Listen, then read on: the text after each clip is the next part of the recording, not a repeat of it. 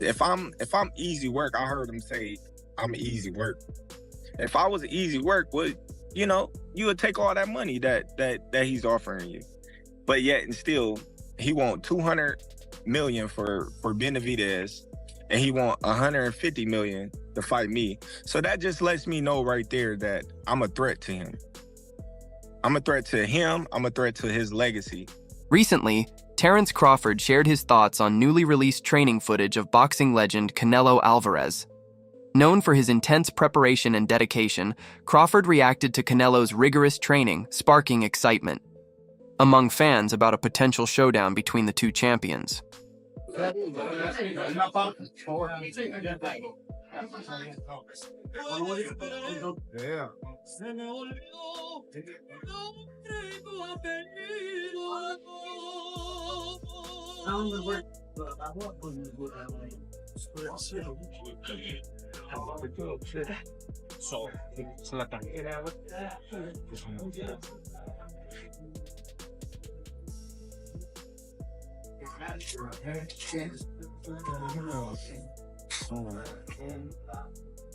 The highly anticipated fight between Canelo Alvarez and Terence Crawford is set for September 2025, aligning with the Mexican Independence Day weekend. This super middleweight title clash will have Canelo defending his WBC, WBA, and WBO belts, while Crawford moves up from welterweight to challenge him at 168 lbs. He went on the ring with Teddy Atlas. What's that mean? He said you're the most overrated Mexican champion in history. He said that Salvador Sanchez. Boxeador mexicano. Más popular, pero sin causa. Sí. Fucking crazy, that guy. and you think he knows boxing? Fuck. In the May, I've read somewhere that Canelo has shortlisted Crawford for the May fight, his fight in May. Dan, what's happening? Yeah, listen, I think it's just a fluid situation. I don't think there's anything definitive one way or the other at this point. I mean, it's not a secret that that's a fight that's been discussed by a lot of us and by a lot of people in the sport for quite a while. Certainly, it's a fight that Turki Al-Sheikh from Saudi Arabia has shown a lot of interest in.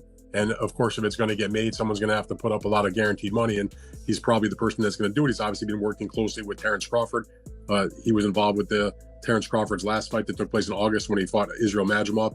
It's obviously a fight that Terence Crawford has been very vocal about wanting. Now, Canelo hasn't ever said he wanted the fight, kind of downplayed it to a certain degree. But it wasn't that long ago. I don't know, maybe a couple of months ago, he was doing an appearance and he was asked about it and he didn't close the door on it. In the past, he sort of like closed the door on it and was like, I'm not interested. He's like, listen, I'll talk to anybody and listen to what they have to say about the deal, any kind of deal. So in my mind, that sort of at least cracked open the door to have the conversation. Like he wasn't just saying, forget it, in terms of working with Turkey or anybody else. So I think that Canelo is a smart person in terms of his boxing, but also in terms of his business. And when he looks around at the landscape and he wants to make a huge amount of money, like all top fighters or any fighter for that matter, and he looks and sees, who can I fight where I can make the biggest score, in a big time fight? Canelo Alvarez, known for his power and tactical versatility, is considered one of the best pound-for-pound fighters. Meanwhile, Crawford, a four-division world champion, brings speed, precision, and adaptability to the ring. This clash of styles has fans buzzing with excitement, making it one of the year's biggest boxing events.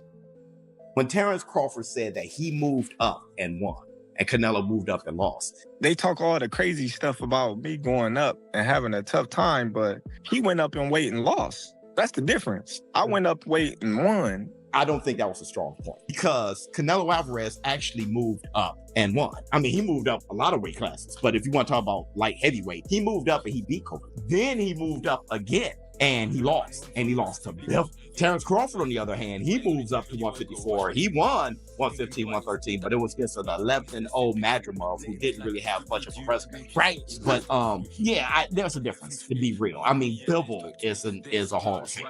Okay, this guy, all-time light heavyweight. It's a bit different. Canelo did knock out Kovalev when he did move up. Okay, and Kovalev is a bigger challenge at light heavyweight than Madrimov at 154 for Terence Crawford. Let's just keep it a big. Canelo Alvarez has dominated the super middleweight division, boasting a record of 62-2.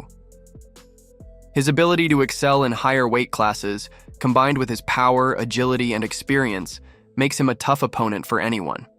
Listen, Canelo needs to understand he's a different fighter now. The deterioration is there. He's not the same guy. He's not that destroyer who's looking for knockouts early and keeps a pace and a pressure on you. He throws 30 punches around.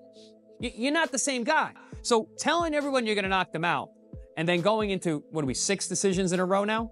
Scores a knockdown every time, the power's still there. The problem is the pace and the ability to carry on and push. That's the real difference, and that comes with age. He's 34 going on 45 at this, as far as I'm concerned. He's got a ton of fights, been around for a long time, doesn't have that same desire, the same drive to take the chances against these younger, bigger guys, because he is fighting younger, bigger guys. So you got to keep that in mind as well. When he fought Canelo and he was like standing right in front of Canelo and Canelo's just whiffing, it was a life lesson. And then you look at how good Canelo's head movement got after that fight when he realized it. I mean, my God, when he fought Danny Jacobs, and Canelo's just standing right in front of him, bobbing. That's all what he learned from fighting Floyd. Canelo's latest training footage has been making waves in the boxing world. Released ahead of his highly anticipated fight with Terence Crawford, the video highlights his intense preparation. He showcases his explosive power through strength training, sharp footwork, and lightning-fast combinations. The footage also captures his relentless work on heavy bags, shadow boxing, and mitt drills with his trainers. Es esta, fíjate. Pam, pam, pam, pam, pam, pam. Hun, hun, hun.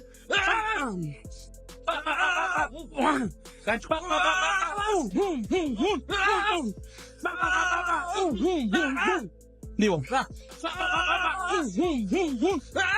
Eso.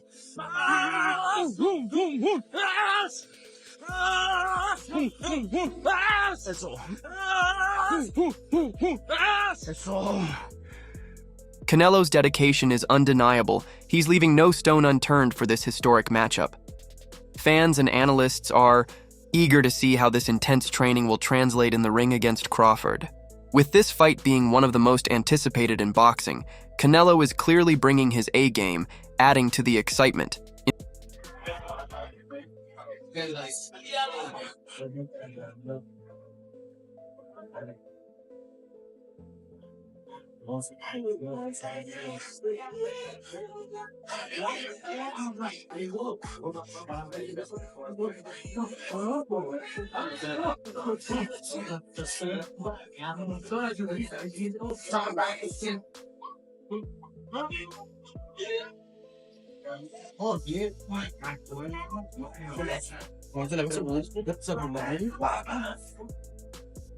Canelo's track record speaks for itself, with victories over some of the sport's top contenders. His ability to compete across multiple weight classes showcases his talent, and in the super middleweight division, his power sets him apart as a dominant force. His ability to absorb punches and deliver devastating shots makes him a formidable opponent.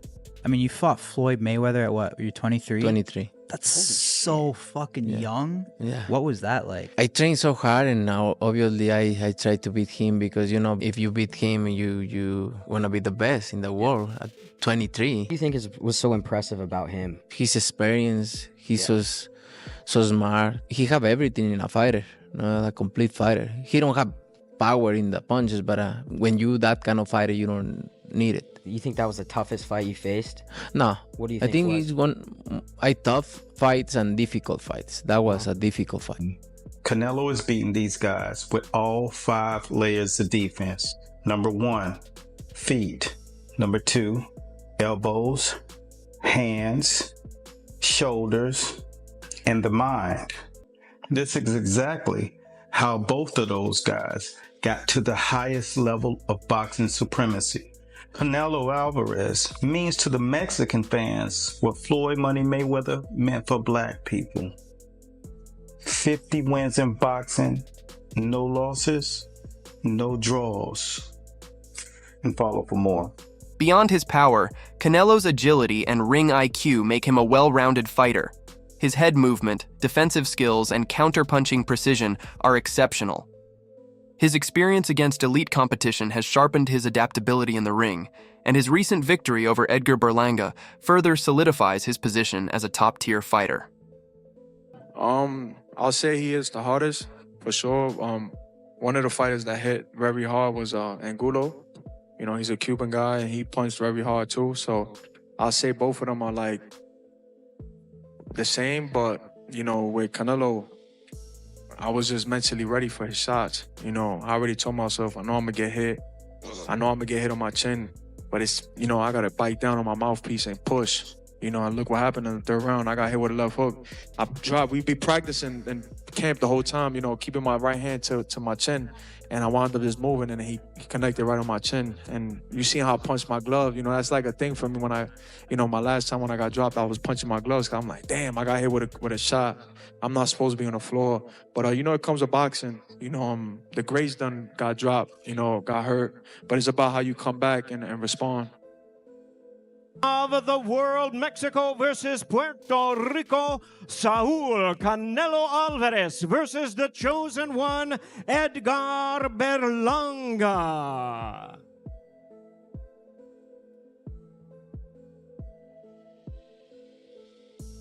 Joe Rogan recently shared his thoughts on the Canelo versus Crawford fight on his podcast, The Joe Rogan Experience. He believes Crawford has the upper hand due to his speed, skill set, and strategic brilliance. Rogan also broke down how their contrasting styles could make for an intriguing matchup, adding even more excitement to the fight. Fans are eager to see if Crawford can pull off an upset against the powerhouse Canelo. No, I'm saying at once. Right. I'm saying I started at 135. Right. I'm just saying, like, say if Canelo was the champion at 147 to go up 168. Right in one jump. Yeah, one jump. Big jump too. 21 pounds. It's a lot of weight. It's a lot of weight. Boxing analyst Dan Rafael weighed in on the potential fight, calling it one of the most highly anticipated matchups in the sport. He emphasized that both fighters are pound-for-pound stars, making this a true test of Crawford's ability to compete at super middleweight against an elite opponent like Canelo. I'm going with Terence Crawford. You know, big weight jump, a dangerous fight, but somebody's got to prove to me that they can break Terence Crawford's will and that he can't figure it out against you. You know, it ain't no disrespect toward Canelo, but I've said this the last couple of years. I'm not betting against Terence Crawford against nobody like that. You got to show me that you can beat it. I would say to you that in terms of at least American boxing, or in this side of the world, it's not like Tyson Fury and Joshua in the UK is still a huge fight.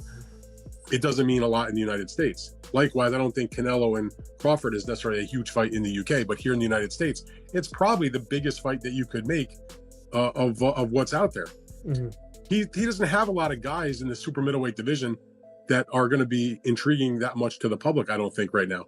He's made it clear he's not interested to fight Benavidez. The Morrell fight was never even really a thing. Both of them have moved up. They're fighting each other on February 1st. Mm-hmm. And so if you put those guys out of the equation for the time being, and you figure Canelo's going to fight in May, I've actually heard rumblings that maybe he won't fight the May date, but he might go in June. But either way, he's going to be back, you know, in the first part of the year. And you ask yourself, okay, who's out there where you can make a score against, right? I mean, you know, I guess he could fight a top super middleweight contender. Like, I mean, I'm not saying this is the fight, but you look at the ratings, Christian Mbili is the undefeated WBC #1 contender. Former world champion Demetrius Andrade believes that while Crawford is an exceptional fighter, Canelo's size and experience at higher weights give him the advantage. Andrade predicts Crawford might struggle against Canelo's power and agility. Benavidez also stressed that moving up 2 weight classes is a huge challenge, and while Crawford is skilled, the size difference makes Canelo the likely favorite. I mean, I can't really say nothing about that. If that's what he wants to do, then that's what he's going to do. Canelo is a man that he does anything he wants to do. I don't think really what people say affects him. But I feel like the people, they want to see David Benavidez versus Canelo Alvarez. It's the biggest fight to make happen, and I feel like I'm the biggest threat to him. Are you tired of people asking you about Terence yet?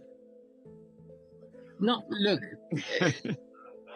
I always say, I respect Terence Crawford. He's a very talented fighter, but he just win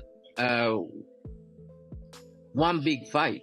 If you see his record, he just beat one good fighter like Errol Spence is. Yes. But other than that, I don't think he's beating other great fighter like Spence. He did a really good job with the Spence. He did like almost look very easy. But I knew Terence Crawford is a great fighter. But you never know in boxing. We'll see. One of Crawford's biggest challenges will be moving up 2 weight classes to face Canelo. He previously moved up to 154 LEBs and secured a decision win against Israel Madrimov. However, jumping to super middleweight means taking on much bigger and stronger opponents, which will test his limits. Obviously, you can't look forward past Saturday, but do you feel like a fight like Terence Crawford? I see he wants to fight. He's made it clear. Do fights like that help your legacy, or do you feel like that's something that's not worth it to you? You know, everything in my career, every fight make my legacy different and better, no? Terence Crawford is a great fighter, he's a good fighter, but like I say, he's a weight classes for a reason. I'm focused 100% on Berlanga, and then you never know what happened. Yeah, Next. yeah, for sure. Just a few weeks ago, you heard what Terence Bud Crawford had to say on why he wants to take on Saul Canelo Alvarez. I just want the opportunity, to fight the best fighter in my generation that's out there. He's the most accomplished fighter, and I would just like to, fight another great. Which is a very noble reason. I mean, it's a reason that I can get behind. If you notice, his primary reason isn't money. He did say it'd be the biggest fight, which, you do want a big fight, but I don't think he meant monetarily, which the money comes, okay? But what he's saying is he want to test himself versus the best. And I think he's telling the truth here, right? Of course you want big money and stuff like that, but I think his swan song is just him test himself up against the very best. Those are the reasons the war room can get behind. After moving up to 154 LBs, Crawford won the WBO interim super welterweight title. But his power seemed less dominant compared to when he fought at 147 LBs. Moving to 168 LBs for Canelo is a massive leap, and the main question remains: will Crawford's power and durability hold up against much larger opponents in this division? Be great. That'll be 3 times. If you go 154 and win the belt, that's 3 times super. Then I said, chase super greatness. Come on, Canelo. 160. Well, if he can get in there with Charlo in like his next 2 fights where he still got age on his side, then maybe go up again. Like if he's trying to chase the greatness. But I mean, he already done something that's never been done. Charlo don't want none of that smoke. Teddy Atlas believes that making 160 LBs would be ideal for Crawford, but Canelo is unlikely to drop to that weight, especially at this stage of his career. Atlas argues that Canelo's comfort at higher weights makes such a move unrealistic. Terence Crawford, I see he wants to fight. He's made it clear. Do fights like that help your legacy, or do you feel like that's something that's not worth it to you? Everything in my career, every fight make my legacy different and better, no? Terence Crawford is a great fighter, he's a good fighter, but like I say, he's a weight classes for a reason. I'm focused 100% on Berlanga, and you never know what happened. Yeah, Next. yeah. Instead, Atlas speculates that the fight might happen at a catchweight of 164 LEBs. However, he thinks Canelo would be hesitant to agree, given his dominance at 168 LBs. The weight difference is a key factor in this matchup, as it could impact both fighters' strategies. Atlas also discusses how Crawford's versatility might give him an edge despite the size disadvantage. Saul, my carnal, how are you? Quick question. I know. As we walk, how important is it that you've spoke with Turki Al Sheikh? Say again, please. How important for you is it that you've spoke to Turki Al Sheikh, and what did you speak about? Look, I like to work with everybody. I'm a free agent, and I like to work with everybody. And I like to have the doors open. Are we going to see Canelo Crawford next? We'll see. It's a possibility there, always. No, we'll see what happens. Have you spoke with Turki about that show, about Canelo? We know each other. We don't talk that much for make a deal and anything, but we now know each other, and we'll see what happens. Last one, I know you're pushed for time. Benavidez Morel, who wins? It's gonna be a good fight. It's gonna be a good fight. 50-50 fight. Canelo, thank you. What do you think about the upcoming showdown between Canelo Alvarez and Terence Crawford? Can Crawford overcome the size and weight challenges to defeat Canelo, or will Canelo's experience and power be too much? Share your predictions and opinions in the comments below.